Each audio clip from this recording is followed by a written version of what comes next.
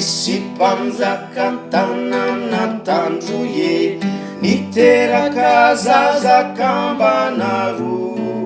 nireninjaza efa maty nafoye nandao ny tany mialoha hitatape ny tanàna mpanolotsain'ilay mpanjaka be no ny andraikitra ny fitaizana nanao zay nalehibe nampianariny nangalatromby raha tsy zany tsy zanakandroy nampianariny nampiasa ody raha tsy zany tsy zanakandroy taranaka tena zafy manaran'izy taranaka tena manana tantaran'izy taranaka tena zafy manaran'izy taranaka tena manana tantaran'izy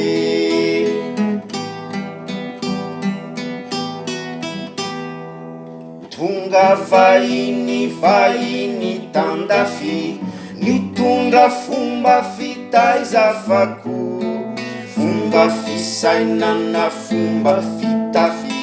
fomba manovany loha nisy niendry tsy mba ninolanga fanakasitraka ny dadabe niraikio sady lasa nananga oetin'ilay vazabe nampianariny ny tanabasy iazanany zanakandroy nampianariny ny fomba ratsy amononany zanakandroy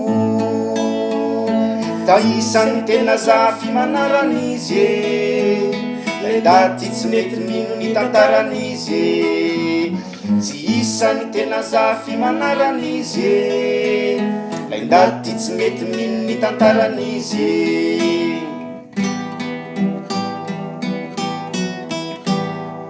tonga ny andro fangataham-bady araky ny fombafomba ny tany lasa ny endriny zaombitany hoatao takarombady risy fasendrany andi miaramila tao ilay ndaty kambana miny ny fampitsery ny fampila mitraka ny basiny tena siny ny mpangalatromby basy lava sy ny basy foy tena maly ny mpangalatromby tampilitra sy lefiko taranaka tena zafy manaran'izy taranaka mateo ampiadinan'izy taranaka tena zafy manaran'izy taranaka mateo ampiadinan'izy